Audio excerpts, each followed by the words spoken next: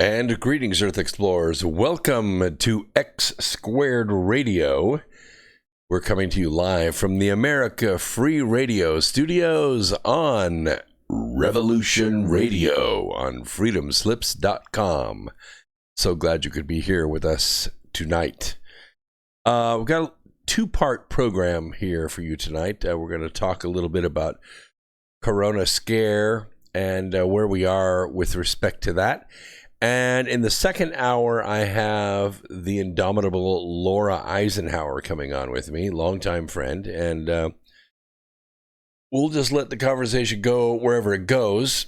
There have been a lot of changes, a lot of adaptations in everyone's schedule the last few weeks as Operation Corona Scare has been unleashed in all its glory. Operation Corona Scare is a global syndicate plan, very much like the plan in 1928 that was used to destroy the Herbert Hoover economy. Herbert Hoover was also an engineer, also in his first term, in the Roaring Twenties, and the Roaring Twenties were galloping like a stampeding bunch of rhinos. Couldn't be stopped. Everyone was making money. Farms were making money. Steamships were making money. Everything was making money. No war anywhere. Everything was going great. World War I was over. People were optimistic. The war to end all wars was finished, and people were making money. The middle class was coming on strong. Couldn't be stopped. But the Global Syndicate had something else in mind. The Global Syndicate collapsed the money supply. They destroyed the entire world economy to beat Herbert Hoover and to destroy his economy and destroy his presidency so that they could bring in the flamboyant governor from New York, Franklin Delano Roosevelt, and implement his fascist plan, which basically took over the entire world for almost 16 years, which it kind of did even longer than that because Harry Truman took over after he died in his fourth term in his conservatory. And, of course, Harry Truman, being the fascist that he was, implemented the full-scale corporate government and implemented the military-industrial complex that Dwight D. Eisenhower warned us about. Well, his granddaughter is on with us tonight in about 1 hour. We're going to discuss that and much more. But I wanted to discuss with you the parallels, the type and a shadow, as the coronavirus outbreak edges closer to East Tennessee. A possible cure could be closer to coming from that region.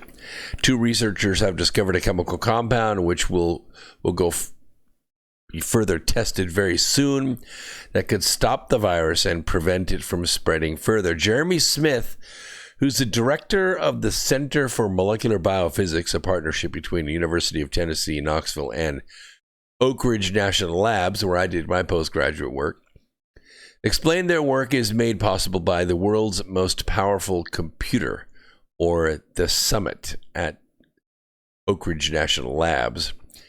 It's capable of doing calculations faster than almost any computer in the world. The response to the new coronavirus needs to be quick, he said. Smith said the computer's speed is equivalent to 100,000 laptops working at the same time. The work it can do in 1 day would take months on a normal computer. Jeremy Smith and Nicholas D. Smith, a postdoctoral fellow and soon-to-be UTK research professor, began digital calculations to find a chemical or a drug that might work against the virus. This very quick digital testing has worked previously, Smith said, and cited success in their efforts in the past in finding treatment for diabetes and osteoporosis, for example. After performing simulations of more than 8,000 compounds, they have narrowed it down to what they believe will react to the actual sample.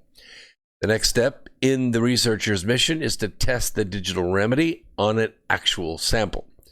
The step includes an expert at the UT Health Science Center in Memphis, Colleen Johnson. The testing would be conducted on an actual coronavirus sample in the next week in a controlled environment. Ironically, the process has been slowed because Johnson, along with Nicholas D. Smith, have both been battling the flu throughout the week. Not the coronavirus flu. If their calculations and experiments are successful, their work will be published without peer review to allow for a speedy distribution. The researchers also tested compounds that are already known drugs, approved chemicals, widely used for other purposes. That, he said, would mean it wouldn't require months of testing. Already approved, already FDA approved for use on humans. It's difficult to be excited when you haven't solved the problem yet, but always the ultimate aim is to help mankind in some way, Smith said. So I want to welcome you to the program tonight. Again, this is X Squared Radio. We're coming to you live from the America Free Radio studios on Revolution Radio on freedomslips.com. This is the largest listener-supported network in the country. And if you go to TalkStream Live, you can see where we rank right there on the front page, right behind Blaze Radio. So we're climbing the charts, and it's because of you, because of your work, because of your listening to us. Corona Scare, Operation Corona Scare, is a global syndicate plan to rip the world down piece by piece, conference by conference, airline by airline, crash every single market if it can in order to beat America. That's what the goal of the virus is. Or not the virus, but the Corona Scare. And it seems to be, in large part, working. We have a conference we're supposed to be speaking at. Let's see. Where is it? Oh, yes. Here we go. It's the Human Origins Conference.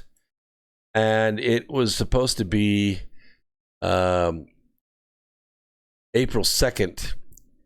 And it has been postponed due to Corona Scare. Not because anybody at the event is sick, not because anybody even thinks about getting sick. We don't think it's that big a deal.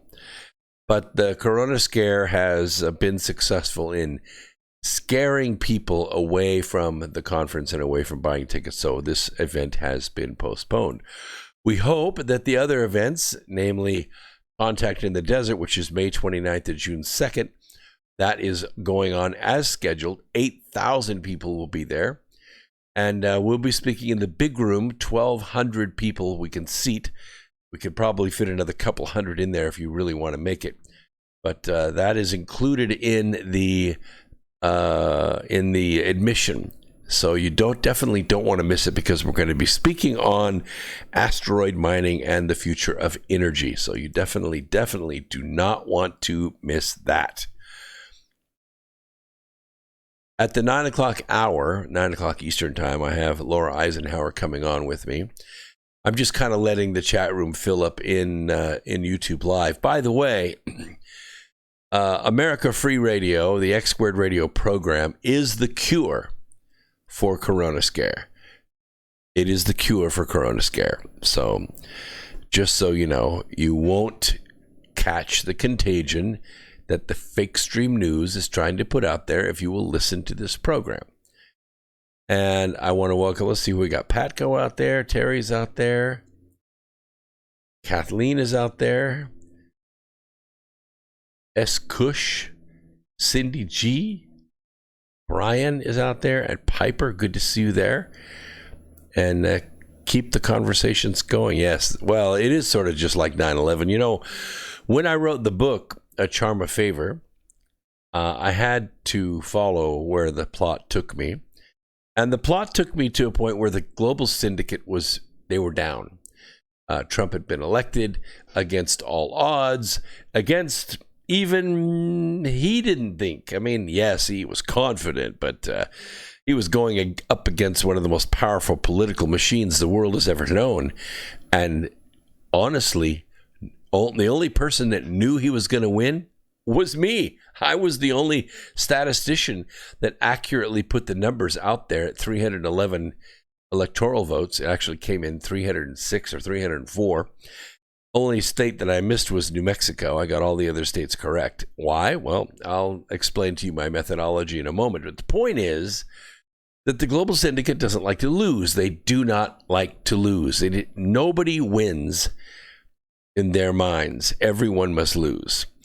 And in the book, I had a bomb plot, and the bomb was coming out of North Korea. It was miniaturized. It was snuck into our country. It was built by a Pakistani radical, and it was deployed, and it was blown up in the book. And the EMP was terrible, but not as bad as it could have been because it kind of blew up prematurely. The point is that the bomb was in play. And the reason that I had the bomb in there is that I realized that the global syndicate had to do something, anything, as long as lots of people were affected and they could blame President Trump for it, which they would do. It would not matter. It would not matter if 1 million people got killed in a nuclear blast to them. Inconsequential to the global syndicate. Inconsequential. The main thing was that the narrative would have been that President Trump could not keep us safe. President Trump drew this violence to us by his rhetoric and by his policies. And you kind of heard ripplings of that in the news, but that was months, year after the book was published. So along about midsummer, I started to let people know, hey, I get the feeling that the global syndicate is in the corner.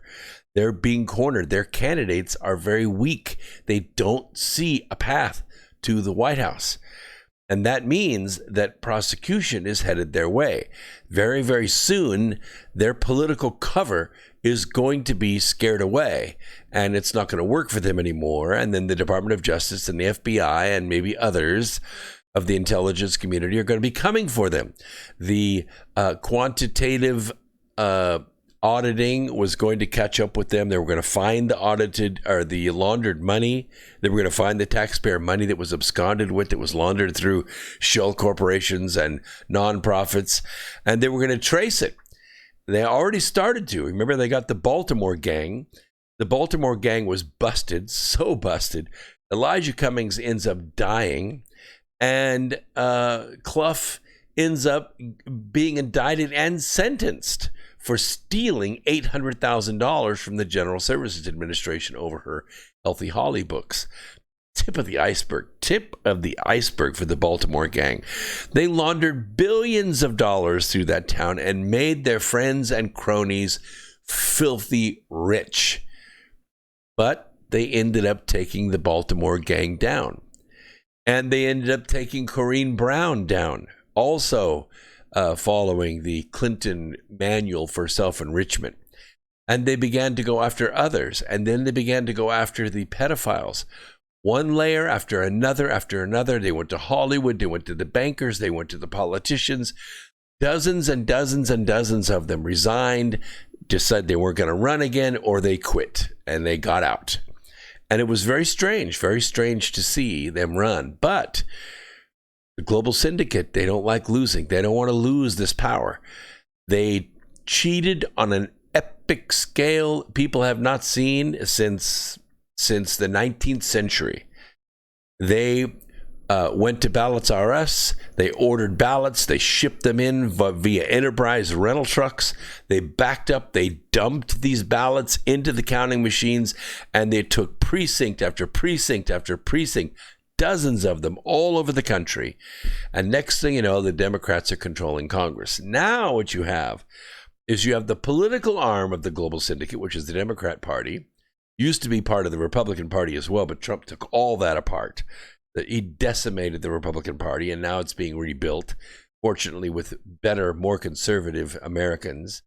But the Democrat Party didn't get rebuilt. The Democrat Party got worse. It got much worse. And so about 38 months ago, this would be about 2 months before the inauguration. In fact, I think it was about a month before the election. I think it was in October of 2016. They decided to put Operation Full-Time Impeachment into play. And they began putting together what they thought was a good plan, along with a bunch of hearsay witnesses, all of which I would say 90% of them were guilty of being involved in this massive amounts of money laundering. It's the only way to keep them loyal. And they ran the scam for 38 months. For 38 months, they ran the scam, and they lost. They lost the narrative. And now they see that the one candidate they thought that could beat Trump, simply because, well, he's not Trump. Two candidates, right? Trump, not Trump. Not Trump is going to win. Except for one thing. Mr. Not Trump, Mr. O'Biden, he couldn't keep it together. His dementia caught up with him too quickly. Had it held off 2-3 more years at the most, they would have made it. But he can't hold it together. The drugs are not working. The Adderall that they're pumping him up with to keep him sped up enough to where he can keep his mind together, it's accelerating the decline in his cognition. And so O'Biden is about to lose his mind. Right now, really not much going on in the debates. I mean, yes, you have Bernie Sanders, but so far Bernie Sanders has refused to fight. Bernie Sanders has refused to fight. He's fighting Trump, but he won't fight the other candidates. He won't fight the other candidates. So the other candidates have already been moved upon by the global syndicate and said, look, it's time for you to get out, and it's time for you to endorse O'Biden. Because if you endorse O'Biden, things are going to go well for you after the election. The trouble is, O'Biden can't hold it together. He is losing his mind. And the surrogates, they can do a lot of stuff. Earth Explorers, let me tell you, the surrogates can do a lot of stuff. They can do the pressers. They can even do the rallies. But they can't do the debates. They can't do the debates. And if O'Biden goes out on that stage and he faces Donald Trump, he will be eviscerated. Now, it wouldn't be so much with Bernie, because at least Bernie has all his capacity. He's on the opposite side of the page, for sure. He's a socialist, and the global syndicate realizes that if the party goes full socialist, I mean, you can go partially socialist, you can go Democrat socialist, but you can't go full socialist. That's like going full retard. If you go full socialist, the Democrat Party will be bankrupt, because college kids, they can't support the Democrat Party. No. It takes a dozen billionaires. It takes a dozen billionaires to keep the Democrat Party in money. That's the donor class for O'Biden. O'Biden is supported by these criminal oligarchs. He is supported by George Soros. He is supported by Steyer. He is supported by Bloomberg. He's supported by a dozen billionaires around the world, not just American. Lots and lots of foreign money coming in too. Bernie doesn't have that. He has a few corporations, but the vast majority of his donors are college kids. Kids that have no clue what socialism is. They don't know. They've never seen the lines. They have never seen soup lines. They've never seen people, homeless people, as a nation. They've never seen people have to pick up pitchforks and fight their way out of socialism. They don't have a concept of what's going on in Venezuela. They don't have a concept of what goes on in socialist countries. That charismatics come in and they sell all kinds of free stuff. And so the young class says, well, you know what? That sounds pretty good, because I'm never going to own a home. I'm never going to have a 401k. I'm never going to have a self-directed IRA. That's all for the rich. I just need for my needs. That's all I need. My needs taken care of. And then that way I can do what I want to do. But I got news for you, young people. Listen up. You can't be a part-time podcaster and a full-time concrete poet and make $50,000 a year. See, you can't just do what you want to do and then get according to your needs, because what you think your needs are and what the socialist government thinks your needs are, those are two different things. If you like standing in line for 3 hours with a raging fever just to see a nurse, heck, 3 hours, try 3 days. You're going to love socialism. You're just going to love it. If you think that adequate housing is a bunk in a dormitory with a footlocker, with a uniform, where you could sleep in between when you're going to work, if you think that's adequate housing, you're going to love socialism. You'll absolutely love it. If you think your idea of free education is a government textbook that you read online and that you recite in order to pass an exam so that you could be a good worker in a factory, you think that's a free education, you'll absolutely love socialism. You'll love it. It'll be great for you. 1 month off per year, and the rest of the time, 7 days a week, 12 hours a day, you work. Why? Because you belong to the state. The difference between capitalism and socialism is so clear for the rest of us that have a little wisdom and have lived through a couple of these regimes. And that is, with capitalism, everything is based upon service to others. I see a need in you, I fulfill that need, and you pay me. I grow more corn than I can eat, and I take the surplus and I sell it and I buy a truck. That's capitalism. Socialism, you don't serve others. You serve the government, and the government takes care of everything, or so they say. That's the difference. That is the difference between the two. Do not let anyone tell you any different than that. That's why you listen to this program, because this is the voice of the revolution right here. This is the most recognized voice in the world. And I'm telling you the truth. Socialism is a road to darkness, death, oppression, and short lifespans, because they don't care about you. They only care about them. And there's damn few of them and a whole lot of you. So let's see. We got 8:24 right now. And at 9 o'clock, we have Laura Eisenhower coming on. It's going to be a great conversation because she's very high energy. I've known her for many, many years. We've spoken together all over the world, and you're not going to find anybody with more energy and more intellect than Laura Eisenhower, so we'll love to have her on. You know that Corona Scare, Operation Corona Scare, is working quite well. If you have any money, I would suggest holding on to some cash, because right now cash is king. But you should keep 25% of your cash in some kind of storage metal, just in case. Because if, and believe me, there's a significant amount of our society in the United States especially that lives on cash. We call them the bankless millions. Most of them are illegals. They're not here legally in this country. They're foreign citizens living inside of our country.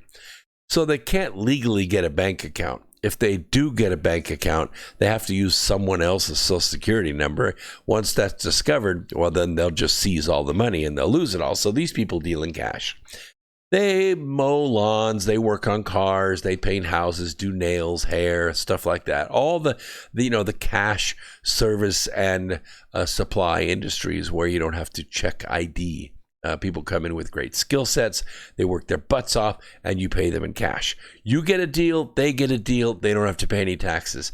They send a portion of their money out of the country, which hurts the local economy more than you could possibly imagine.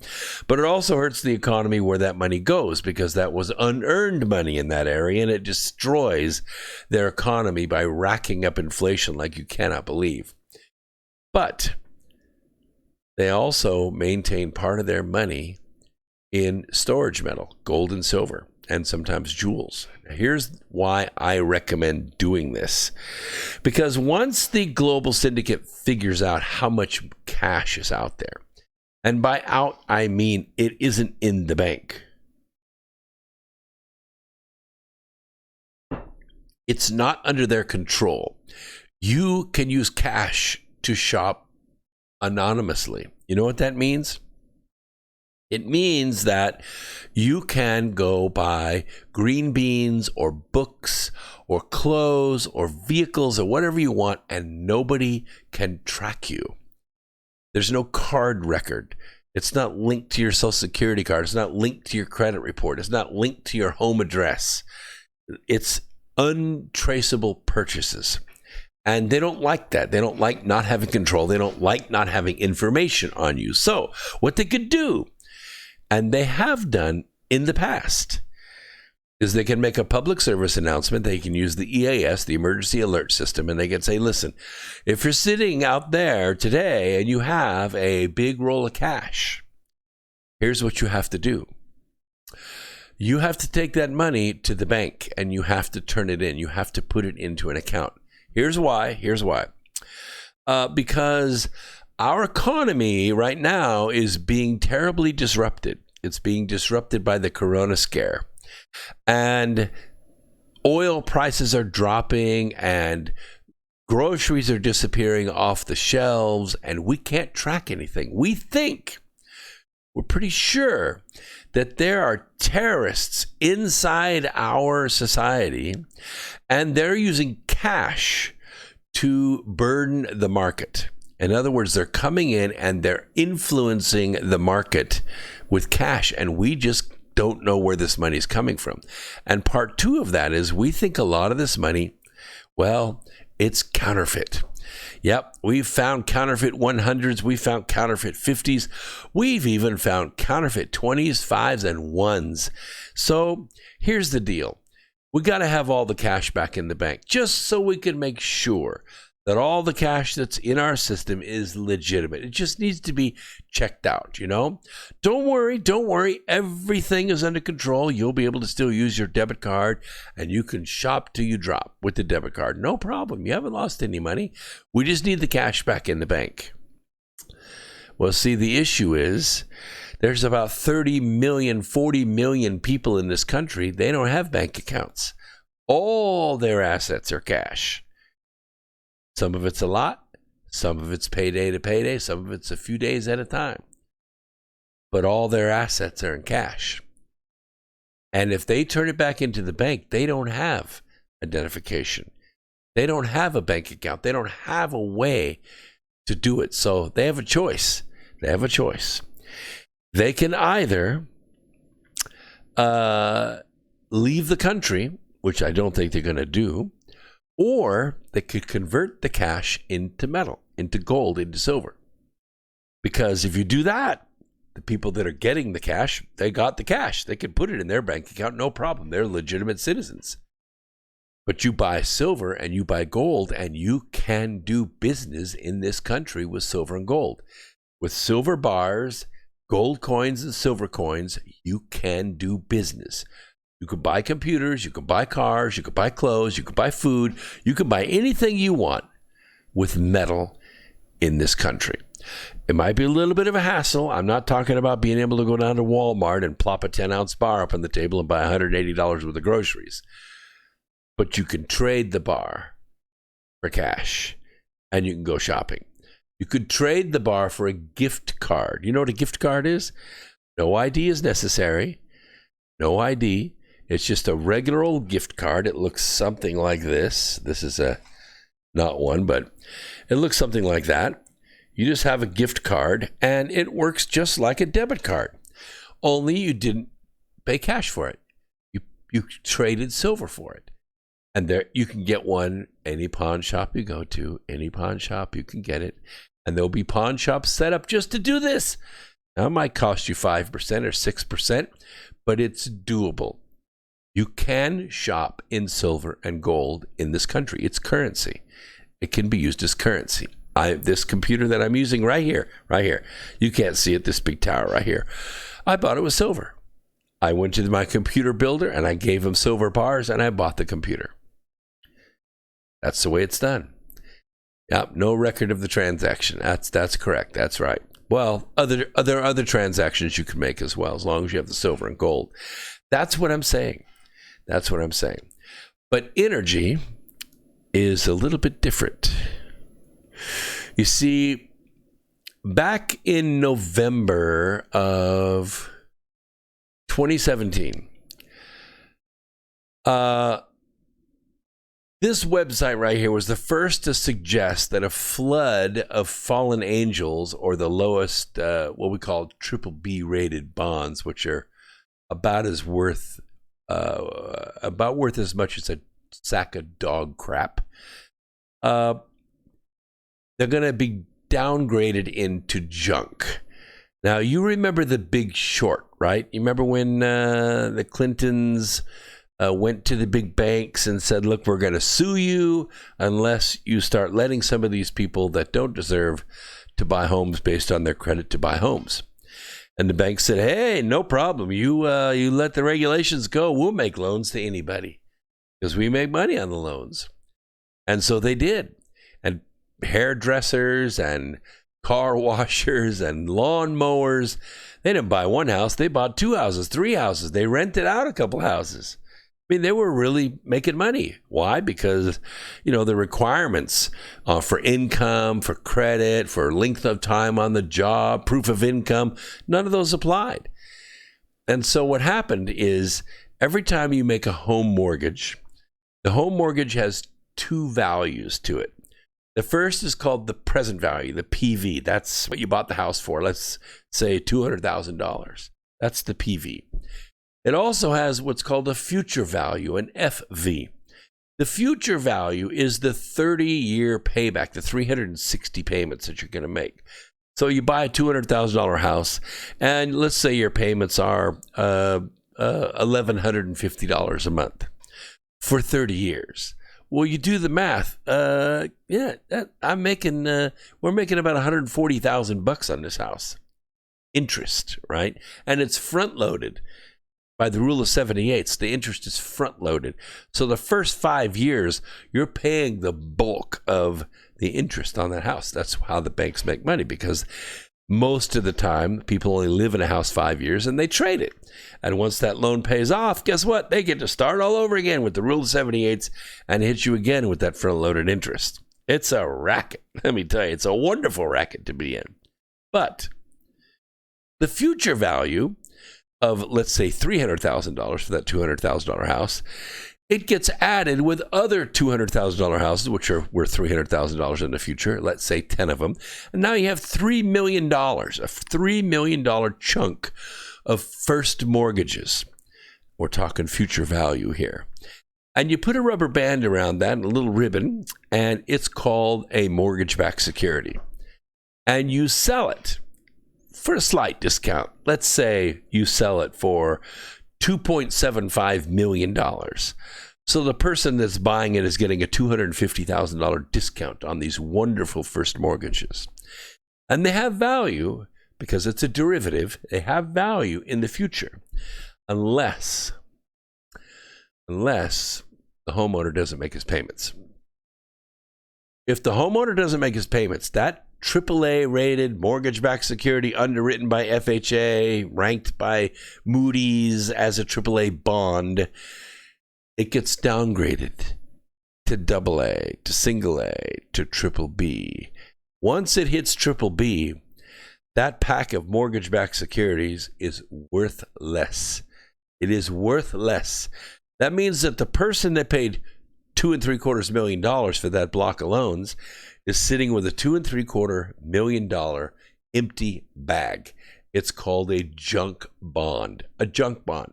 You should be able to buy a junk bond really cheap, like super discount, 50%. You should be able to buy that $300,000, $3 million worth of loans for $1.5 million, 50% off. Oh, sure, you can go foreclose on all the houses, and then you could resell the houses and make your money back. That's why they call them junk bonds. That's why, because by the time you sell those houses at a fire sale, that's what they're worth.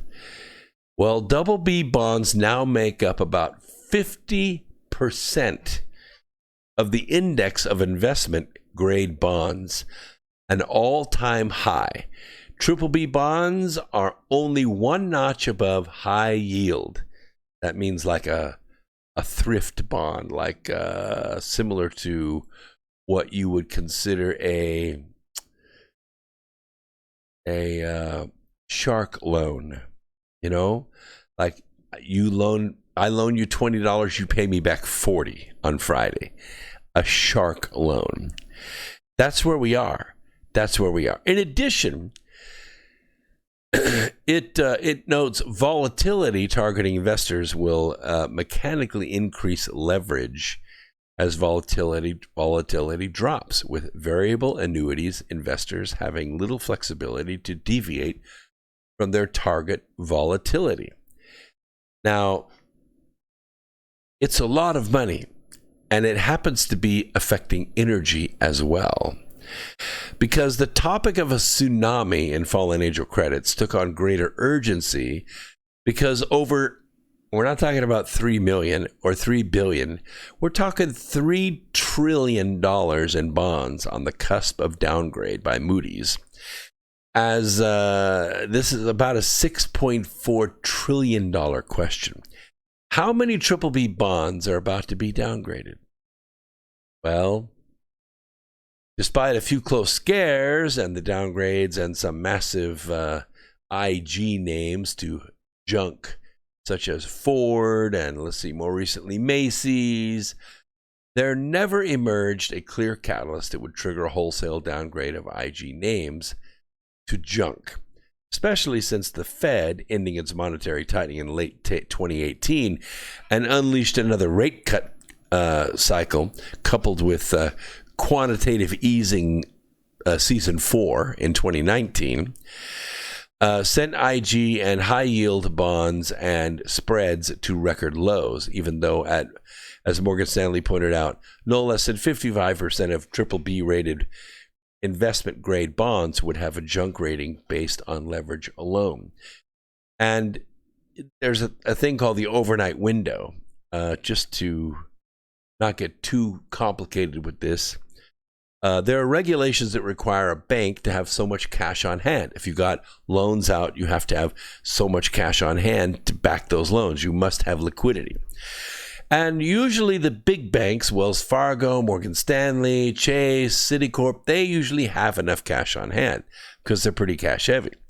It's the regional banks, not the national banks, but the regional banks that do, and credit unions sometimes, that don't have the liquidity to close out the evening. And so what they have to do is they have to go to the overnight window. And they have to borrow money just overnight, just till the next day. Next day, cash starts flowing again, and they can, service the debt with debt, and they can bring it on around. The trouble is that the government has to go out and underwrite or release money to the overnight window in order to make up the difference if it falls short. And right now, it's a lot. It was about $40 to $50 billion a night. That's what was floating every single night. Now it's up to about $140 billion. We're talking some serious money now. And here's what we know as of this moment. Over $140 billion of debt issued by independent oil and gas producers, oil field services providers, and integrated energy companies has triple B credit ratings from Moody's or Standard & Poor's and is now at risk of falling junk status. You see, when the demand for more oil production came on, and it came on really fast, the issue was there was not enough equipment, there was not enough manpower in the oil fields to generate that much oil. You had a few drilling machines out there, yes, but the pipes and the tanks and the rigs and all the infrastructure that it takes to get all this going, it costs a lot of money up front. And we don't mind doing it because once the hole is drilled and the oil's pumping and filling up the tanks, it's sort of tax deferred. In a lot of cases, it's tax free. in order to incentivize all this, and you get investors that put their money in, and that money can be capital gains free. So it's easy to get money, but you got to borrow, and you're putting all this infrastructure in place, and you're gambling that the price of oil is not going to go below, a certain area. For Russia, they like to see at least $60 a barrel. They prefer $75 a barrel. Why? Because they're oil producers, and over half their GDP comes from the production and sale of oil globally. China, on the other hand, not oil producers. They're oil consumers. They don't like to see it much over $60 a barrel. So you have this dichotomy. If you get it too low, Russia wants to go to war. You get it too high, then China wants to go to war. It has to be, somewhere between $60 and $75 a barrel, and it likes to go up and down in there, so you kind of play both sides of the fence. That's not where it is today. Where it is today is in the $30 to $40 a barrel range. I don't think it's going to stay there. But the point is, that's not generating enough cash to pay back the loans that it took to build all the infrastructure. And a lot of this infrastructure is not cheap, because the oil wasn't cheap to get. It was shale. It was tar sands. You have to do a lot of solvent reinjection. You have to do a lot of cleanup in order to get the volume. Yes, you get lots and lots of natural gas. That's true. But natural gas is not as easy to get rid of as oil is, because you can't truck natural gas. You have to be hooked to a pipeline. And that means more infrastructure. You have to lay the pipeline to access the gas field to be able to get to your market. And that is a slow time coming. Remember, they've only had about 36 months to get all this together. So you put the spread in context. You think that almost 12% of the $936 billion of bonds issued by U.S. oil and gas companies are trading on this week, actually, with a yield more than 10% points above treasuries, a commonly used definition of distress among junk-rated borrowers, issuers with ratings below BBB, which account for $175 billion of the total. The proportion of debt in distress territory has risen to almost 2/3. It does create an opportunity, because you can buy a lot of this debt at a discount, and someday it's going to be worth more, and you're either going to be able to sell the mortgages, or you're going to be able to reap the yield from it. Depends on what you're willing to do. But I would say most of the people that listen to this program are not the class of investor that can go out and buy that kind of debt at a discount. That has to be done by publicly traded companies, and not a lot of companies are willing to do that right now.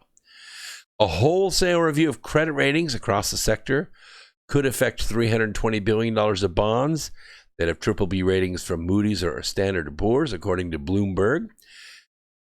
At least, let's see, Energy Transfer and Sabine Pass Liquefaction each have the lowest level of investment grade rating, while rated high grade by S&P and Fitch. Plains All-American already carries junk ratings from Moody's. So we're talking about energy into junk. And it isn't good, because what we like to see is a strong energy sector in this country. And what makes it weak, believe it or not, is a glut. Too much fuel in the market drives the price down. So what this means is that production, it's going to be squeezed off. The glut is going to be burned off this spring and summer, and then all the grading and rates will go back up again, and you'll see fuel get up in the $2.30, $2.50 a gallon range again. We like it when the gas gets cheap, but you have to understand these kinds of things have economic stress on the market. And what's doing it? Well, I call it Operation Corona Scare. An authoritative disguise can be used to try and overpower the logical capabilities of people as they are being told how to deal with the Corona Scare situation. And it is not being dealt with very well. Let me make a couple of announcements here. You can go to North Pole Inner Earth Expedition, NPIEE.com. You can see this here on my YouTube Live. If you're listening by audio on the Revolution Radio Network on freedomslips.com, I commend you. It is the most listener-supported network in the country. But I would ask you also to flip over to YouTube Live, and you can see what I'm talking about, npiee.com. You could become part of the expedition that will take place in the summer of 2021, and you can contribute anywhere from $5 to $19, depends on what program you want. If you want to watch on-demand videos, if you want to watch the webinars, or if you want to participate in the live streaming, all those are available to you there. And don't forget, Contact in the Desert is coming up May 29th to June 2nd. Unfortunately, the Human Origins Conference has been postponed due to Corona scare. And it's not going to be postponed for long, but you're going to be able to get out there and have a good time and see a lot of great people. Don't forget, Contact in the Desert is live. It is going on as scheduled. At the 9 o'clock hour, approximately 10 minutes, Laura Eisenhower is going to come on as my guest. She'll probably stay an hour or so, maybe a little less, and I promise you're going to love it because she's full of energy and intelligence. And we're gonna pick up where we left off here. Facts are being projected out to the world, and a collage of predictions and statements being made by figures with larger-than-life personas. And country by country, the result is a pandemic situation. Is it really a pandemic? No.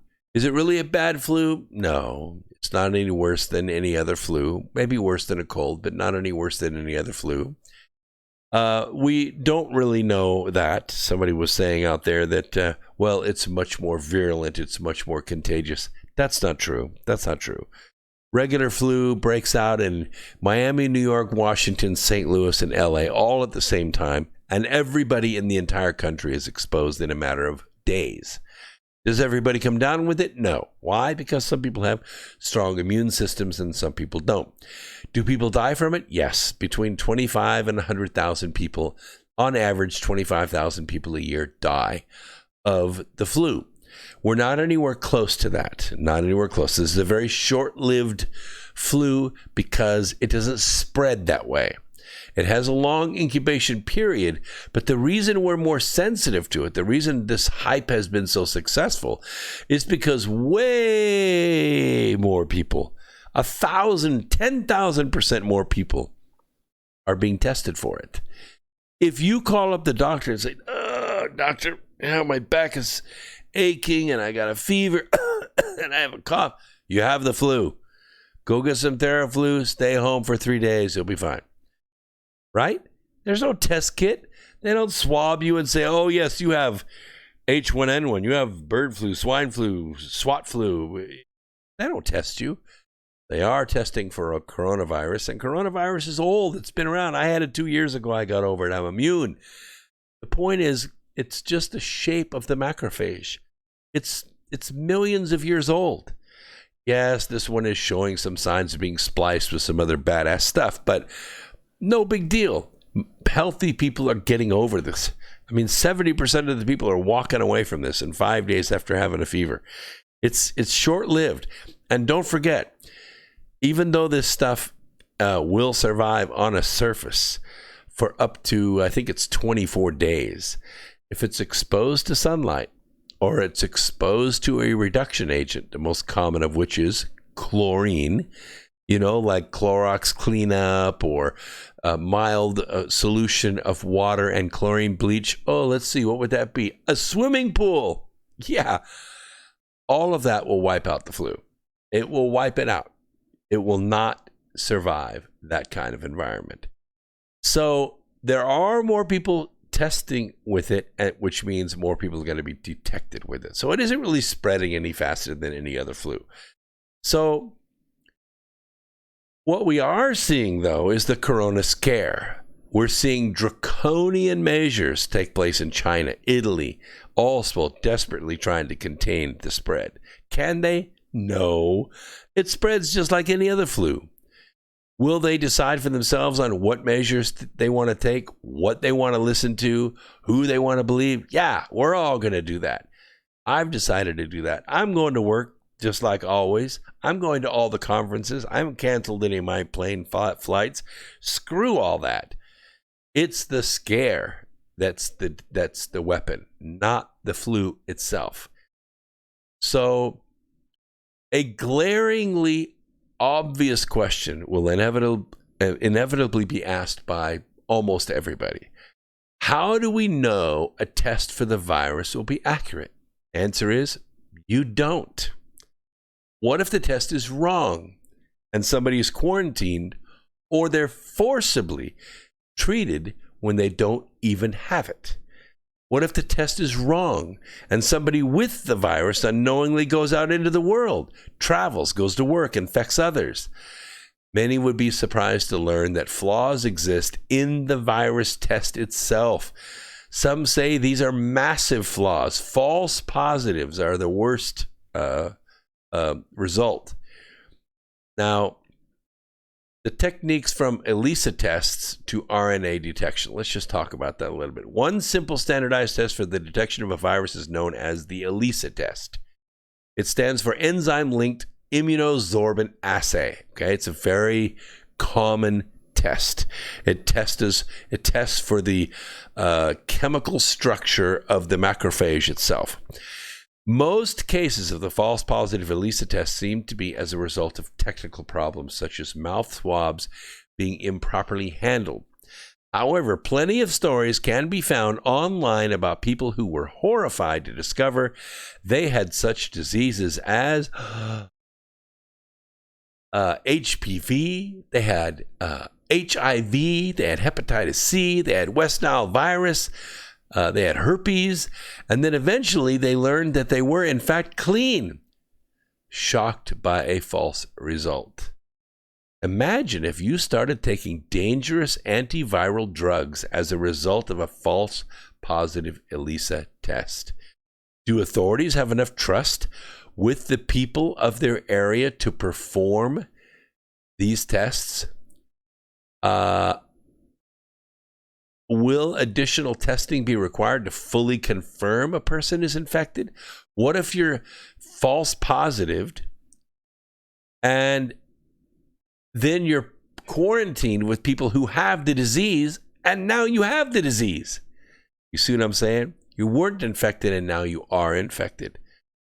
The field of science certainly is complicated, and those with understandable skepticism must wade through a complex series of logical steps to follow. What if some chemical agent caused the body to produce antibodies that misleadingly trigger the ELISA test? It has been suggested that inflammatory triggering substances, even booze, even alcohol, could throw off the accuracy of an ELISA test. And what about the RNA test? To find out if people have a virus, there is also the potential for an RNA test, which is considered to be more accurate. It's also more expensive. Typically, the blood of an individual is obtained for an RNA test, and then using a process known as polymerase chain reaction, or PCR, an estimate is made for how much of the virus is present in the bloodstream. They call it a viral load, which refers to the amount of a virus that is detected in the blood. Again, an uncomfortable gap between the medical community and the population seems to emerge when people following this chain of logic. The danger resulting from a person being falsely declared positive is multifaceted. What if you tested positive, and this happens every single day, and in the quarantine area you actually got infected by someone in the vicinity? What if a person has a weak immune system, drinks an unusual amount of alcohol, and then sneezes next to a TSA agent at the airport? Perhaps they would be detained, tested for the virus, and falsely declared positive. Nobody drinks at the airport now, do they? Right. And then you cough. and boom, you're tested. Oh, this guy tested positive. But wait, I had a scotch. Doesn't matter. You tested positive. How about that? All right, let's take a quick break, and then we will bring Laura Eisenhower on, and we'll have a way to get this conversation to the next level.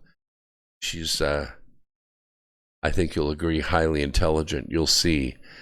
It'll be very cool. All right. You YouTubers hang out.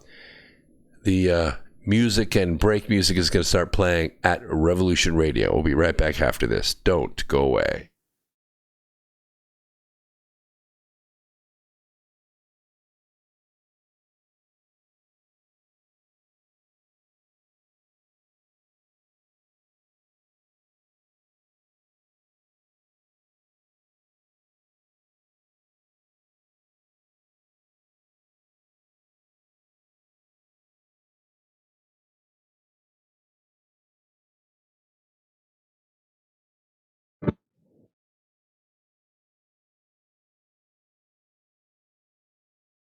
Okay, it should just be you and me, Laura. Are you there?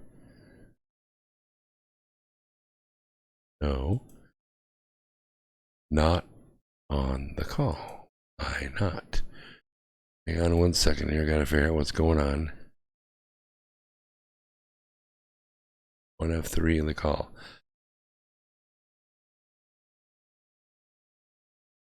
We're working on it. Just give me a second here. Yep, she didn't answer. Let's try it one more time.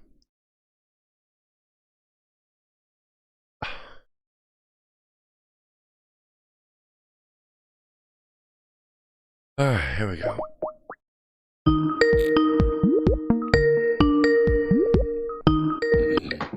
Hi, Brooks. I just got in. Hi. All right. Well, you're there. So let me, we got about 3 minutes and I got to add the studio back in.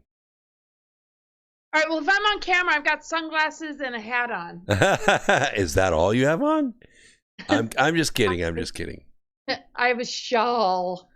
Okay. And a spritzer. Okay. Okay. Well, you can turn your camera on. That's cool. Oh, right now? Yeah. Oh, God. And then I'll get it situated. Oh, fuck. Yeah, I just got in. So whatever. I'll put it on. Let me just pull my shit together here, okay? Okay.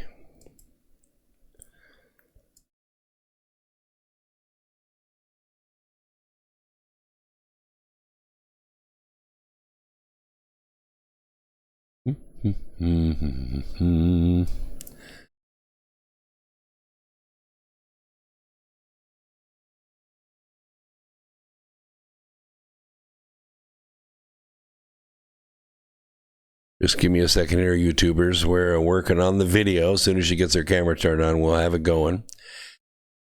52 people on at one time. Wow, this is really good. Let's see. Pavel's in there. Danny's in there. The flux don't kill 3.5%. Flux, it's 1 on 1,000. I don't know what that means. Cindy G's out there. MG's out there. Thank you very much for being out there, guys. I really, really appreciate this on a Wednesday night. This is really fantastic.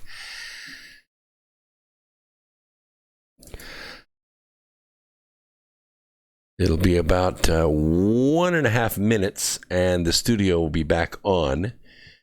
And then we'll have like produce and be on for a little bit while I kind of, Yeah. And then when your video goes live, I can slide it in there, no problem.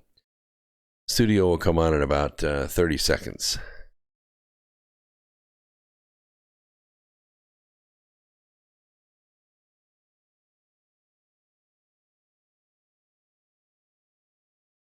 All right, I think we can add it in right now. There'll be a little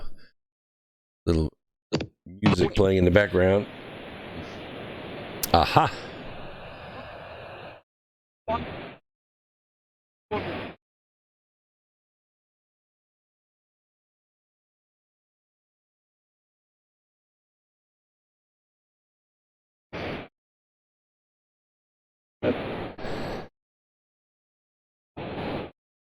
All right, we're just waiting for the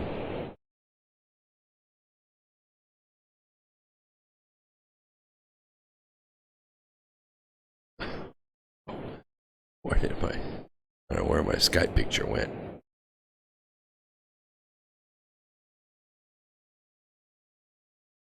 Well, Can you see me? Yeah, I can see you, but for some reason, How long have you been able to see me? I can't see you. I know you can't see me because this is OBS, and OBS is a software that I use my camera for OBS, and I can't use it for Skype. But if you turn your camera on, we can see you. You just can't see me. You can hear me, but you can't see me. Okay, well, my camera's sort of in and out, and that's just kind of how it is on Skype. Is that going to be a problem? No, it won't be a problem. I'll just go back and forth between your photo. I have your photo up there, and we can hear your voice. All right, I think we are clear from the music, so we are now back live with the YouTubers, and we're also back live with the folks at Revolution Radio, which is the #1 listener-supported network out there. So welcome, Laura. Man, what a whirlwind we've had the last couple months. Yeah, no kidding. How are you doing, Brooks? Thanks for having me. Well, I've been doing crazy because working 17 hours a day as a consultant, and then trying to do my radio program 6 hours a week. It gets a little bit hectic, but we're managing to keep it together. What really throws it in the mix is I'm trying to get my 11th book out. I have one more chapter to go, and then it's off to the publisher, and hopefully we can get it out in time for Contact in the Desert. Oh, excellent. Well, I definitely want to interview you and talk about your books. So Okay. that's exciting. And yeah, everything it's been pretty intense because there's so much hyped up craziness on the planet, of course. And I'm like you, I'm working 14, 16-hour days, like 7 days a week. It's like gosh, when I try and create downtime, and it's not so easy. No, it isn't. Anyway, You get a little bit of time on the weekend, you think you're really lucky, especially if it's not raining and you can get outside. right. Yep. And yeah, depending on where a person lives and the weather patterns. And then, of course, weather patterns aren't predictable when we have weather weapons, right? So here we are dealing with, the latest mind parasite, the coronavirus. So yeah, but we're going to be seeing each other in Sedona very soon, right? That's April right. 9th, That's 12th? right. And by the way, if you're out there listening by radio or on YouTube Live, it's free admission to the Beyond the Matrix Expo, which is in Sedona, Arizona. It is Easter weekend, so I know you don't have to work, and I know you're within a few hours drive of there, and it's free, and you can come out and see us and get books signed and listen to some great talks and take tours around the magic of Sedona. Myself and Laura is going to be there. Andrew Collins is going to be there. Of course, Suzanne Ross, she's the host. And Brad Olson, the great Antarctic explorer. It's going to be awesome, and you should be there. Yeah, focused intent is huge. There's so many events that are being shut down. There's so much like hysteria. And, people got to know we can be guarded, protected, have stuff circulating through our bloodstreams that will combat viruses. So we need to come together in unity. That is where it's at. I'm not saying do anything out of your comfort zone as far as travel arrangements, but I mean, seriously, it's like this is such a huge time for the planet, and unified awareness and consciousness is major. And the Stargate area of Sedona is huge, and there's been a lot of compromised gateways there. So I hope people will join us and work a lot of really great energy together. So yeah. One of the things I notice is the type and a shadow when we go back in history and look at the Roaring Twenties. In 1924, 1926, the economy was absolutely roaring. I mean, nobody could do any wrong. Farmers were making money, welders were making money, buildings were going up right and left. The middle class was coming on strong, and it didn't seem like anybody could stop it. Herbert Hoover was elected president, and he was an engineer, smart guy, and tried to cut out a lot of the red tape and turn the creative engine of American capitalism loose so that we could grow after being crushed, emotionally during World War I.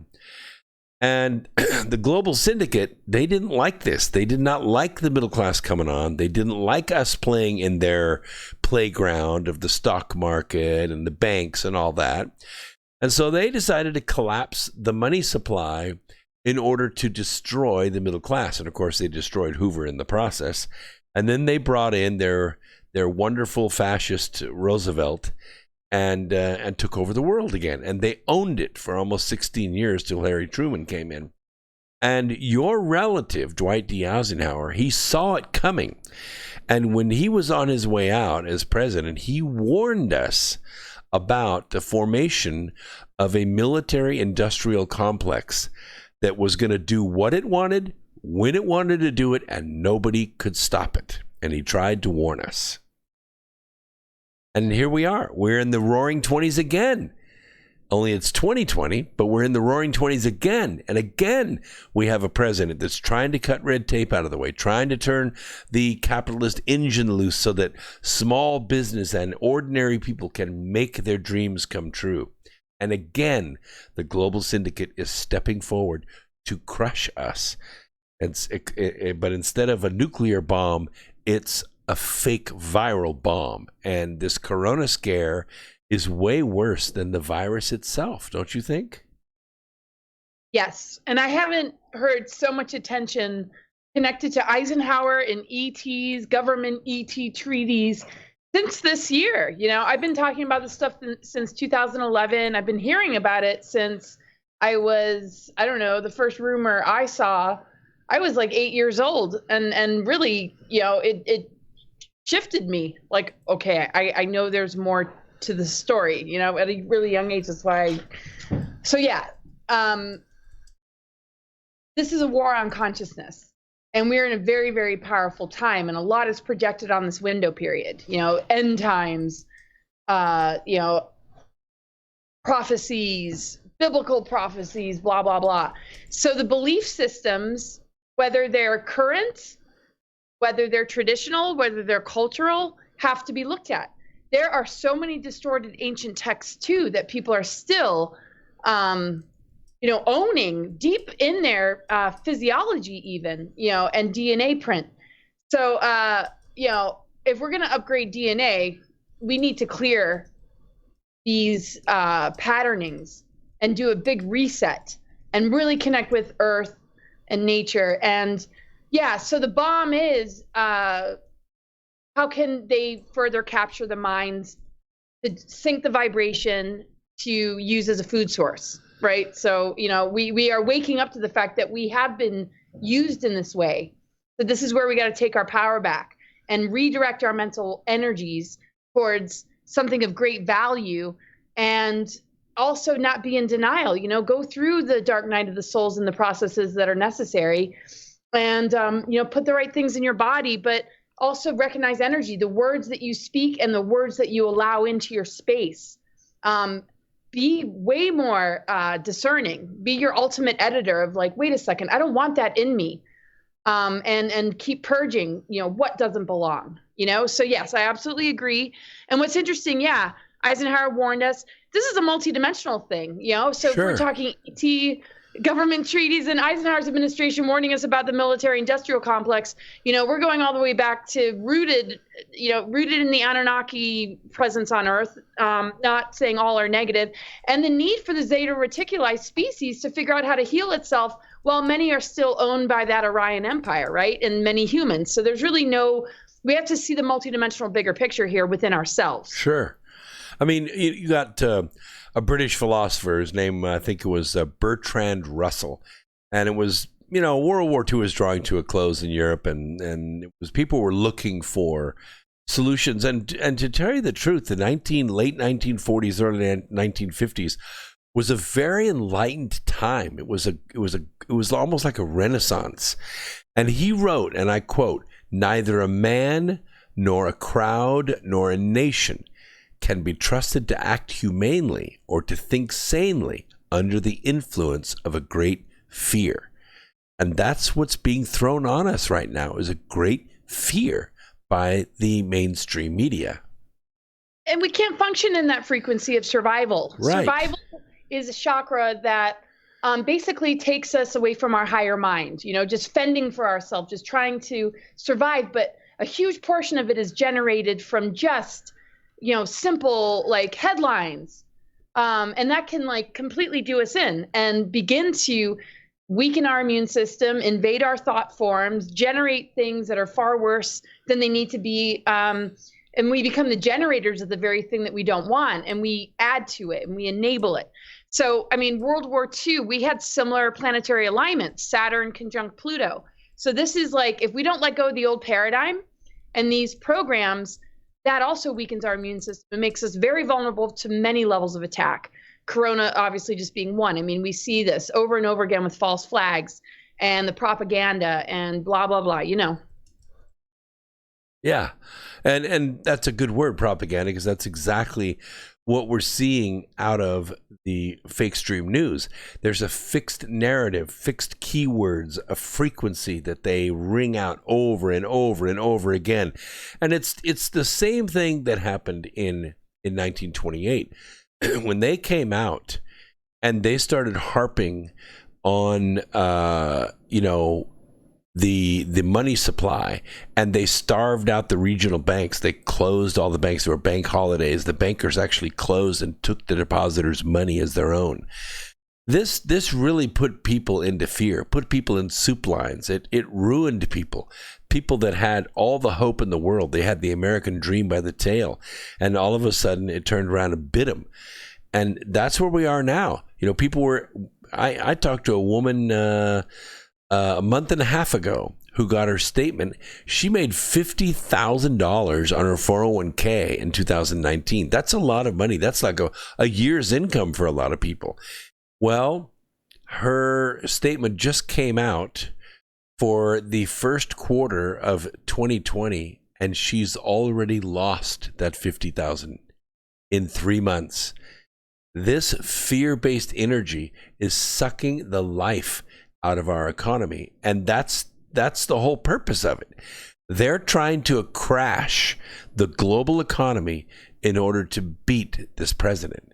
And we're caught in the middle here. We're caught in the middle.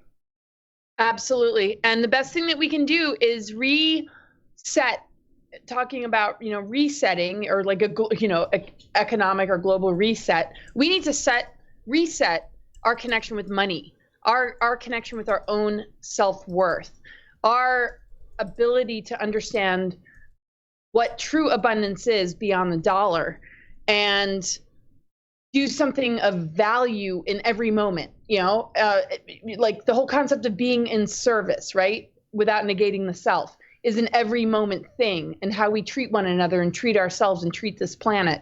So if we can do a huge reset in the way that we operate, then this storm that we're sailing through, and whatever happens, we're not going to be so attached, right? So when there's financial panic and that survival is there, then our worth and value is also targeted, right? So, wow, if we don't have money in the bank, who are we? We don't have worth, and that poverty consciousness or that lack of self-esteem, comes along with it, because these are all, preconditioned programmings.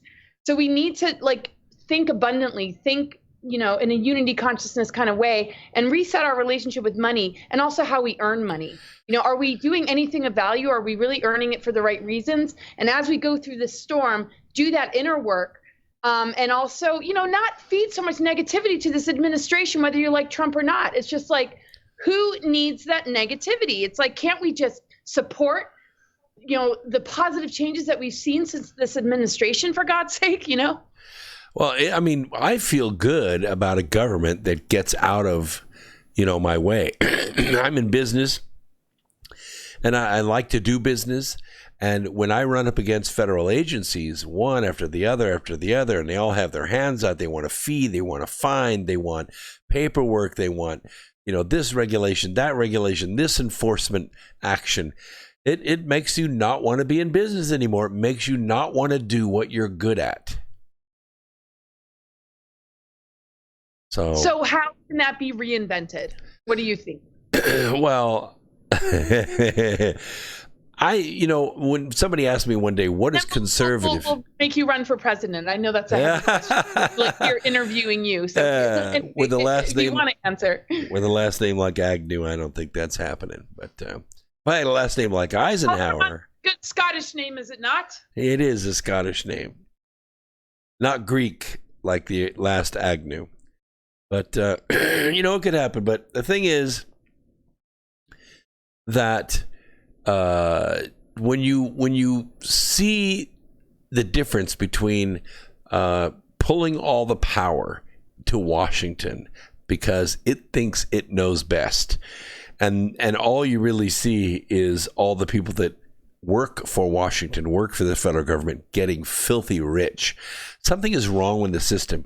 With every single congressman, right? Same with Hollywood. Yeah, keep going. Every single congressman is a multimillionaire. Almost every single senator is worth more than $100 million. That's not representative of America. And when you have somebody that says, okay, this is not going to be the peaceful transition of power from one party to another.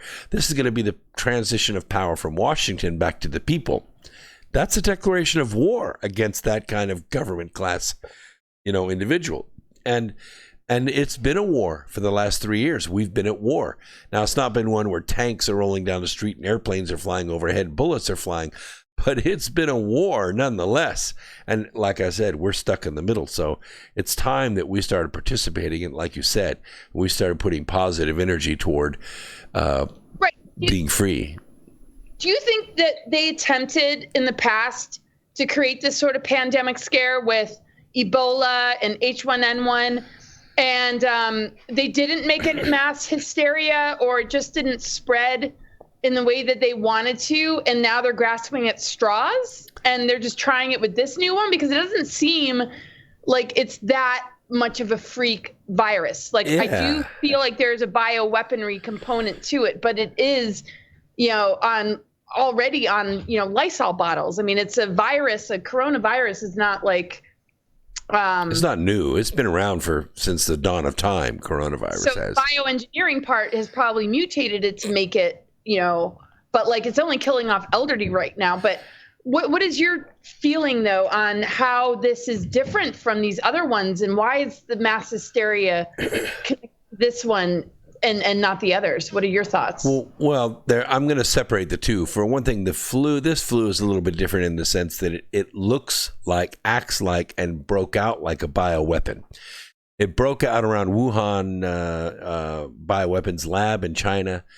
It had, for some strange reason, a propensity to make Chinese males with diabetes or over the age of 50 really sick really fast.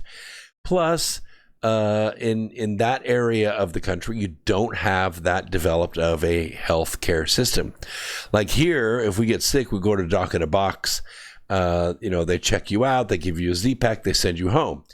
In China, they don't live that way. You go to a clinic or a makeshift hospital, you might wait in line for 8, 10, 12 hours to see a nurse. And then you're going to be around other people who have the virus. It's going to spread. It's going to spread very quickly. And you're going to have to quarantine an entire city. So wait, their numbers gone down. Okay, keep going. Yeah, the numbers have gone down. But what they really needed, because all of the weapons that they've tried against this administration have failed. Yes, there have been some casualties, a la Flynn and Stone and others. There have been casualties, but by and large, their efforts have failed. So they needed something. And like I wrote in the book Charm a Favor, in my book, it was a nuclear bomb that was set off inside the United States. It wasn't truly as effective as they wanted it to be. But I've been saying since last summer, the bomb is in play. Just watch out, because the global syndicate, they don't like losing, and there's going to be something. It's either going to be a bomb or a bioweapon or gas or something they're going to let loose, and the more casualties, the better. I think it's a little bit of a fizzle in the sense that no, millions of people aren't going to die. This virus is probably going to run its course before July 4th. But it is all the press has. And so they're running it 24 hours a day. Right. And this area feels very targeted to me because of the ancient wisdom and knowledge of that area. When we look at Chinese medicine, acupuncture, herbs, the I Ching, right? Buddha, Kuan Yin. I mean, the stargates there, the 8th and 9th stargate connected to us moving beyond our 7 chakra system is in China, Tibet. So, it's not an area that you would think would have a struggle with medicine, because out of any culture, they're highly advanced. And so seeing the way that China is reacting and seeing how shut down the true wisdom and culture of medicine connected to China, and the communism and the governments, right. I'm so glad I'm not in, because you get in trouble if you talk about this stuff there. I was just there not long ago, and Hong Kong too. So this area is completely targeted. And so what it's doing is it's also targeting our ability to begin to move beyond the 7 chakra system and begin to activate our dormant strands of DNA, our dormant galactic chakras that actually help us shift into, the crystalline embodiment. But it has to, be ignited in our energy system to move from carbon-based to crystalline. And the infinity spiral is activated through the 8th and 9th gate, which actually exists there.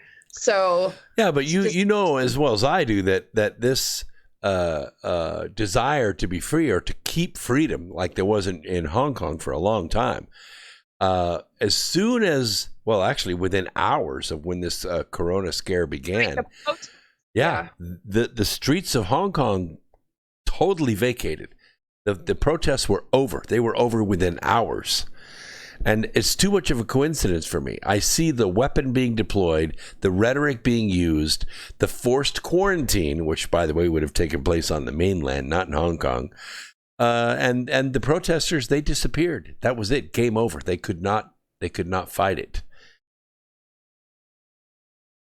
So I don't know what's being. Yeah, so in their desire to get, some justice and change the system around, the very thing that, connected to medicine and viruses that culture is highly advanced in, is shutting it all down. And it's so contradictory to what's actually available to us as a human race, and that culture, and what needs to be birthed and empowered. And it's not up to one nation, one culture, one country. All of us have to participate in this and see a much larger picture and break these programs and how things have been passed down generation to generation, and where things are still attempting to suppress what needs to come through. So we got to do our part to compensate for what's being shut down by being even louder. Like, what are the most suppressed things, right? Yeah. So it's amazing. Yeah. I mean, it shut down all that, and now this mass hysteria, events are being shut down all over the world. I guess, I don't know. Have you checked the latest on everything? Go ahead. Well, it isn't really the illness that's shutting things down. What we call this in media, we call this the mind parasites. Yeah, we call it the deep fake. It is really a real thing. All of these media reports, there's a clear consensus that one of the main tactics that's being used to meddle in the coming U.S. election is gonna be called this deep fake. It derives its name from a combination of deep learning and fake. And the deep fakes involve video and audio that has been manipulated using artificial intelligence, AI, to create media that appears to be authentic, but it is not. And they're using the news actors, people that you quasi-trust, to bring it to you. And the concern about its use is in the upcoming election. and this people are not going to be able to trust what they see or what they hear on the news. It isn't really the virus that is killing people, only a couple thousand people. It's nothing like the 100,000 people that died during H1N1 or swine flu or bird flu or any of those flus. Nothing even close to that. But it is being faked as something that's going to be end of the world. They're already calling it Donald Trump's, Hurricane Katrina. Right. Well, I mean, there's political interest very often with false flags. The war on terror, way back with 9/11. Sure. And the interests of politics have to sway the public, and how they can control the public determines the votes. So this is one of their tactics. And yes, it's not about the virus at all. It's and so what do we need to do in response to it is understand the fakery. And so many know at this point how much that is what we've been dealing with. I mean, since 9/11, people have really woken up to the false flags, hired actors, the people that are experts in their fields who can call things out and say, hey, this is fake. What we have learned to do, and we've just recently done this. We didn't do this in 9/11, believe me, but we did some years later. We started actually naming the culprits. Okay, there's an agreement. Yeah, and they're being called out, and you can't even see certain celebrity threads without people saying, you're a pedo, like Tom Hanks. Sorry, go ahead. Yeah. I mean, you got the DOJ, the Department of Defense, the DHS, DNI, FBI, NSA, CIA. I mean, these are the real culprits. These are the people that are manipulating the intelligence to accomplish a goal, and that goal is the overthrowing of the American government. It's a big deal. Yeah, and so people should be that much more alert, especially after the Russian collusion, all this stuff connected to this bullshit Russian stuff, right? It's like, if that wasn't enough, come on, people. Well, it's true. The Mueller report. Blah. Yeah, everybody knew about it except Mueller. He looked clueless when he went up there to talk about it. It has my name, but I don't even know what's in it, so don't ask me any questions about it. Yes, I mean, there's nothing that gets a lot of attention unless there's some sort of agenda behind it. I mean, look at the climate change thing, and like all on this 16-year-old girl. It's like, come on, people. How many people have been talking about environmental issues? Why are we putting it all on this one little girl from Sweden? It's like, all right, you got to lift the layers back and ask a lot of questions when it comes to anything that we see in the news today. Yeah. I mean, that girl is a professional actress, the same as Alexandria Ocasio-Cortez. She's an actress playing a congresswoman. She's being fed lines. She was paid to be a sexy young congresswoman, and she's clueless, absolutely clueless. And nobody knows this more than her constituents. Okay, and then a lot of us are sitting here, when is this stupid B-rate movie gonna end, right? Like when we go to bed at night, where are the stupid credits for this really bad movie, Because they are. Most of this is production. Yeah, it is. And that's a good question. We hope that the credits run in November. We hope that these bad actors, about 70 of them, are going to get kicked to the curb, and they're going to be replaced with Americans, actual real Americans. Real, genuine people that care about the human race, that make it a priority to feed and clothe those in need. I mean, come on, right? It's like... Laura Eisenhower for president. I like it. Maybe we should all run for Congress. What? Maybe we should all run for Congress. Yeah, let's just, do a complete reset. We're going to build this unity consciousness foundation with, a lot of people that are willing to have a voice, willing to be on the front lines, that are looking out for the human race. And we're walking, together in this. And I'm excited. We have a roundtable coming up. Yes, we do. Tell us about it. Yeah, you, me, Brad Olson, and Dan Willis. And that's Friday the 13th, everyone. And that's a really powerful day. Numeral, whatever, astrologically too. And yeah, we're going to talk about this. We're going to get in depth, and it's going to be awesome. Brad, you and me going to see each other in Sedona, and also Contact in the Desert. And how can people access this roundtable? Well, I'm not going to be able to do a live, but I will post it immediately, and people will get a link on Facebook, and you'll be sharing it. I'll share it, and I have a podcast platform. But yeah, basically YouTube. So, people can find me. I'm going to, put it out on Facebook right away. Okay, that'll be good. So people can access it on Facebook, on YouTube, and all they have to do is search for us. And you should come to Sedona. It's free. Contacting in the Desert's a little pricey, but it's 8,000 people. It's going to be an amazing, amazing event. The Crystal Ballroom holds 1,200. There are 1,200 chairs in there. I know from experience that they can get about 1,400 or 1,500 people in that room. And that's going to be my Saturday night presentation on asteroid mining. You don't want to miss that event. If you're anywhere close to Palm Springs, come just for that event. It's going to be awesome. Plus, we're all going to be there changing the whole paradigm of that operation, aren't we? Heck yep, that's right.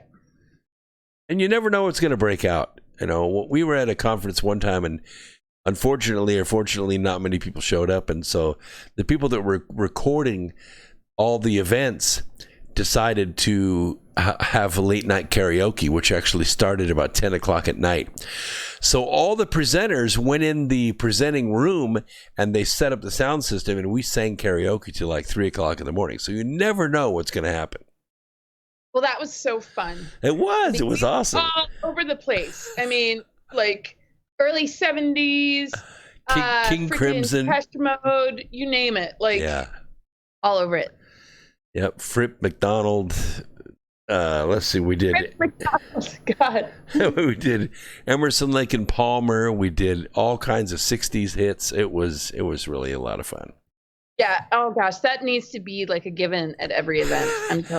I think it was a crazy discovery because it was such a great energy. We didn't even know that any of us could sing, and let alone sing together. We sang duets and trios, and it was awesome. It was just fun. Singing is a spiritual. Say the Eisenhower family. Like, we don't sit around talking about ETs and UFOs and government and Republican, Democrat. Uncle David Eisenhower, actually brings a karaoke machine, and we just like sing duets and like I never really did karaoke much in my life, which is funny, but at these events with you, this one event with you, but it's funny that the Eisenhower family actually does karaoke, and I can't tell you, like, I will never forget doing a Carpenters duet with David Eisenhower. But I mean, we try and talk politics. It doesn't go very far. We all have different opinions. We decided the priorities. We just love each other. We come together and we come and have fun, and we support one another in each other's work, right? So I've always gotten support for being the person I am out there in the world. They might not understand it. They might not follow it or follow me. And it's too much to discuss because it triggers a lot, especially because during his administration, everything was very hush hush, and there were laws put in place and death threats, blah, blah, blah. But it's just so funny. I had to mention that, yes, the Eisenhower family are a karaoke family. We did that last Christmas. My mother-in-law was down, and we didn't really know what to do. We got tired of watching the Hallmark Channel, really tired of watching the Hallmark Channel. And so my youngest daughter brought over a karaoke machine. It only had one microphone.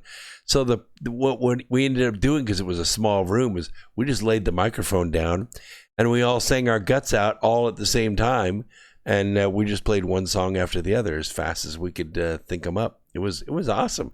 It was great. Way to have a good gathering, like, I mean, I sang Led Zeppelin in front of the surviving Eisenhower family members. It's like nuts. It's like, am I seriously singing Led Zeppelin to? It's a spiritual experience. I can just tell you, it is. It definitely was a spiritual experience, and it is, right? It breaks ice. It just brings everybody together. Nobody can tell how much champagne or wine you drank. You just, yeah. Well, the chat room saying, MG is saying, singing is a healing action. It is. Well, music, and when the right songs are chosen too, it's like, frequency, sound, color is how we heal. And the codes have been messed with. Our junk DNA is a bunch of scrambled up codes, and we need to begin to upgrade and get familiar with these dormant parts of ourselves. And that is going to be the cure to any virus. And there's nothing any different. I mean, you know what I mean? It's just like.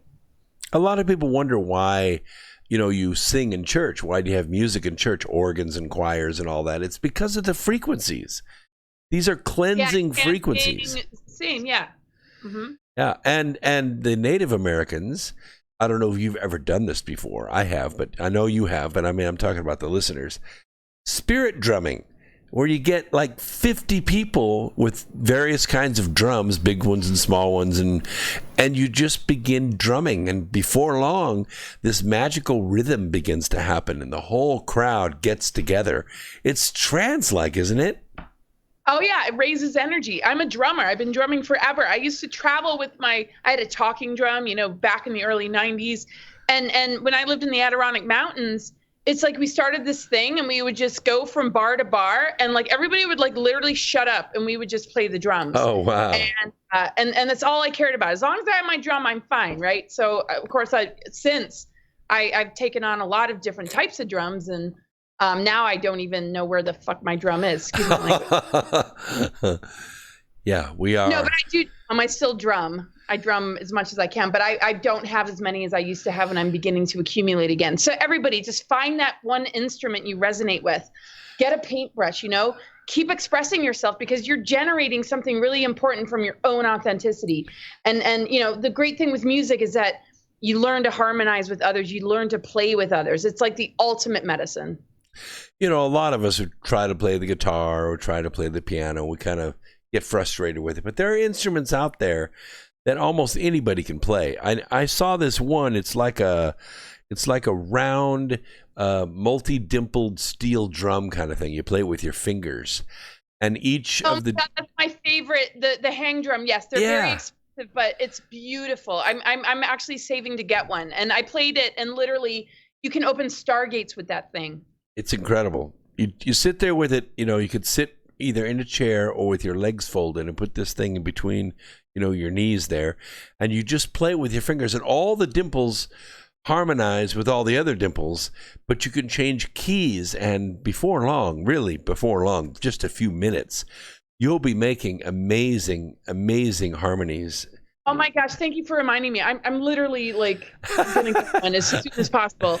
Those are amazing. Yes, they look like a UFO too. It's pretty cool. It's not one of those things you can put in your luggage, but they probably make a backpack just for it, so you can like carry it on a plane or whatever. It's I'm sure it's made out of steel or some kind of metal.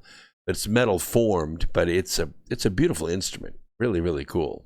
It's absolutely amazing. And yes, it's just like you will generate the codes that will heal you. I mean, I'm serious. That's the experience I had when I played it.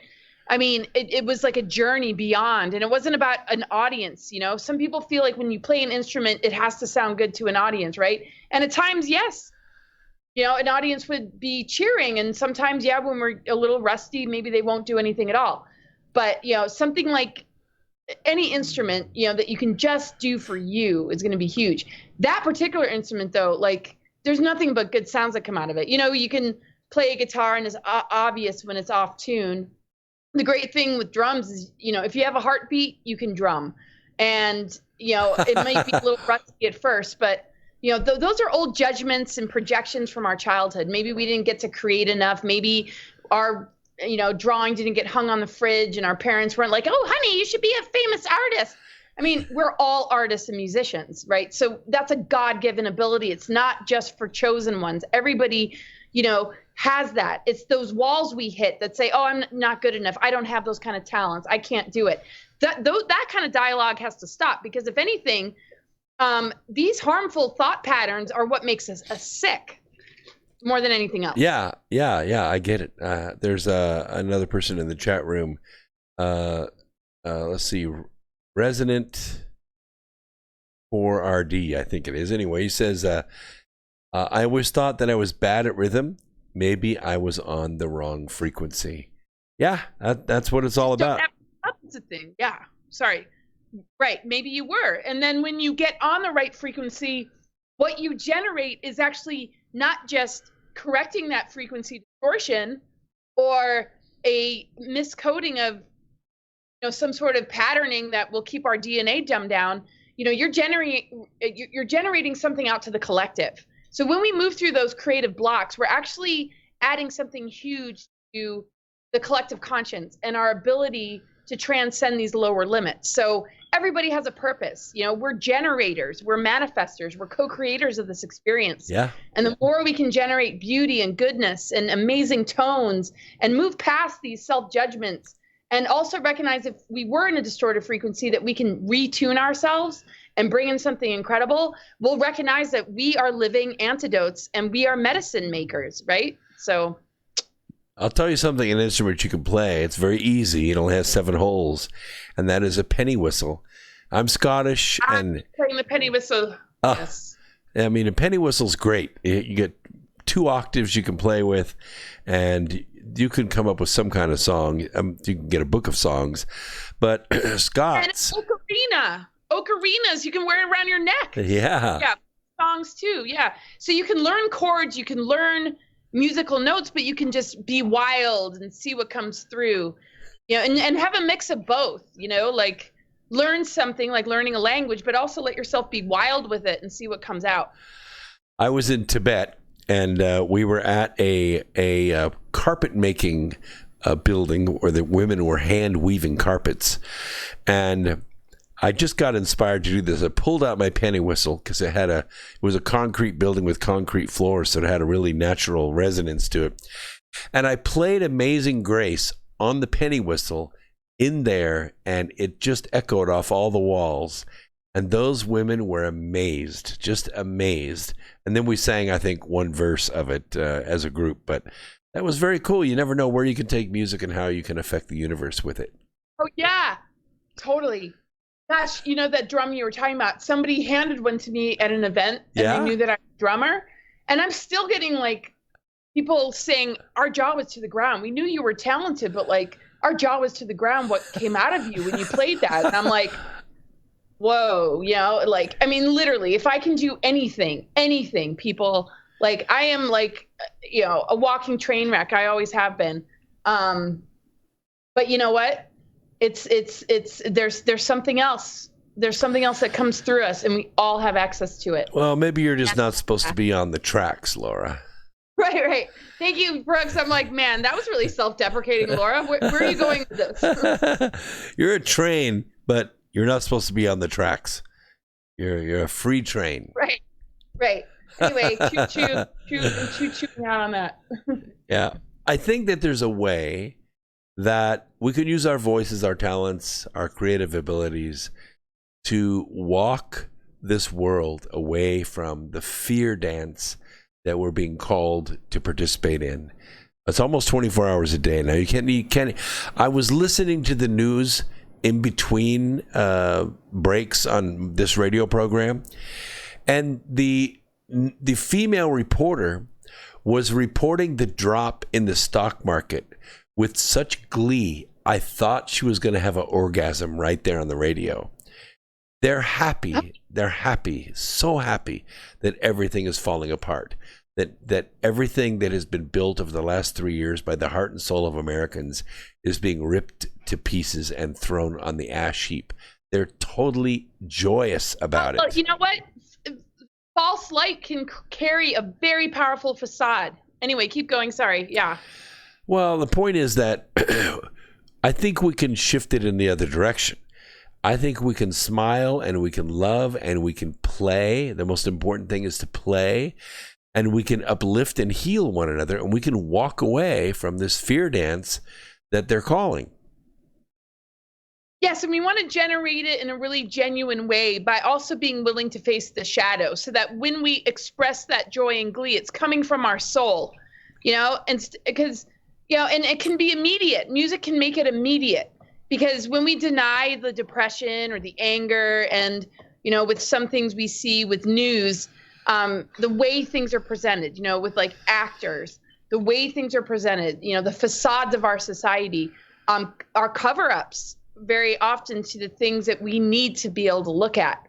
But I think you're right. In the face of this, we see with memes, right? You know, our laughter and capacity to make fun of the harshness of this reality, I think, is one of our greatest ways to move beyond it and transcend. And we can have a smile on our face in the face of adversity. We can also understand that adversity is going to help awaken us. It doesn't have to crush us. We got to get out of that duality of being victimized by everything. Yeah. Even, you know, being awakened and understanding these, you know, going through these rabbit holes, I mean, can make it even worse, because it's like, oh, the cabal, they're doing this to us. They're attacking us, these weapons. I mean, we need to have full on awareness, but we need to watch our frequency and allow these weapons and these assaults to actually empower us and say, thank you very much. Thanks for reminding me how incredibly powerful and divine we all are and how much we got this, you know? Well, I couldn't agree more. I think that it is in our hands. It's ours to lose. And we can lose because, you know, evil will win when good men and women do nothing. But we are infinite. So this is the ultimate, you know, we're being faced with the ultimate thing that our soul came here to learn. Our ego needs to ask our soul, what do we need to learn and gain from this so that we can have integration between spirit, soul, and ego identity, and figure it out already, you know, as a human race, because how much do we need to loop in this madness? I mean, haven't we been there, done that enough? Yeah. Yeah, and the thing is, if they don't have an audience, when they put their vision of the future out there, and they can get us to dwell on their future, we're basically adding our conscious battery to their lights. And we're manifesting their future the way they've written it. What we have to do is to choose another future, choose a future of our own making, and not follow the dark one that they have laid out for us. They know how to work the power of resonance as well as we do, probably better. They've been at it a lot longer. But that's why we have this program and Laura out there to teach us, no, it's our future that we can manifest. We don't have to accept that future. We can choose a new one. We are co-creating. We are script writers. And these actors and whatever is generated in this artificial realm, you know, this AI stuff, I mean, that, you know, and implants and all these different things that make us very vulnerable and susceptible to artificial timelines. You know, connect to nature, you know, see yourself like a sailor. You know, we have to adjust ourselves with universal energies, cosmic and natural laws. We don't have ultimate control, but we can co-create and be humble enough to know how to adjust our sails and know how to find the best path in the face of whatever the weather's doing, and hold the intention of a destination, but also understand that, like, in every moment, we are in a relationship with everything around us. And we know in personal relationships, it doesn't work if you use, abuse, and exploit or expect total control. Sure. You know, and so we need to learn a lot from nature right now. Yeah, and of course, what separates us from nature is our desire and our ego. Nature doesn't really have an ego, and it just works off of passions. Well, it gives us, you know, abundance, but yeah, you know, when we use it to the point of polluting it, you know, that ends up expiring, and that's why we're dealing with abduction scenarios and dying races of ET beings that are like, oops, we kind of went wrong. But then, you know, this pushing of AI is still wanting to keep us in that cycle of digression in order to feed just, you know, that one species that requires our loosh. So. Right. And I caution everyone against abdicating your own care and feeding to any intelligence, let alone artificial intelligence. Don't think that there's some entity out there, at least of all government, that's going to take care of your care and feeding.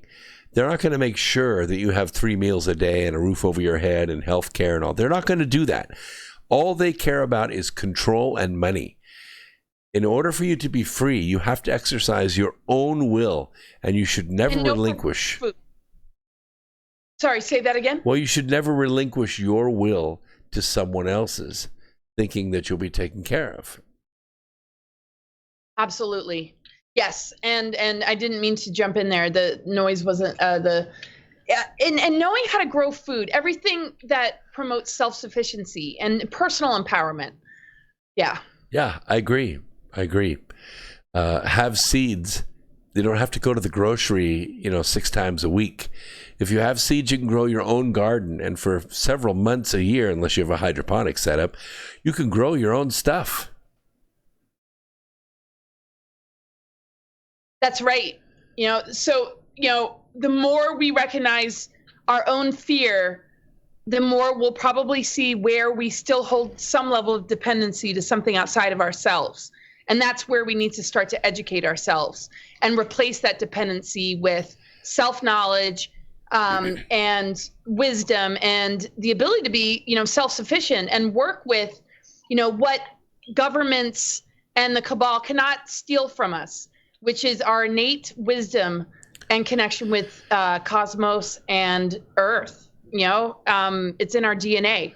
Ascension and unfolding into our greater self is encoded in this universal experience of this physical realm. So we need to be able to trust that a lot more instead of the governments and some savior coming. I mean, we need to do that inner work and understand that innate connection in order to be a generating, circulating principle of it, to affect others and help to activate them.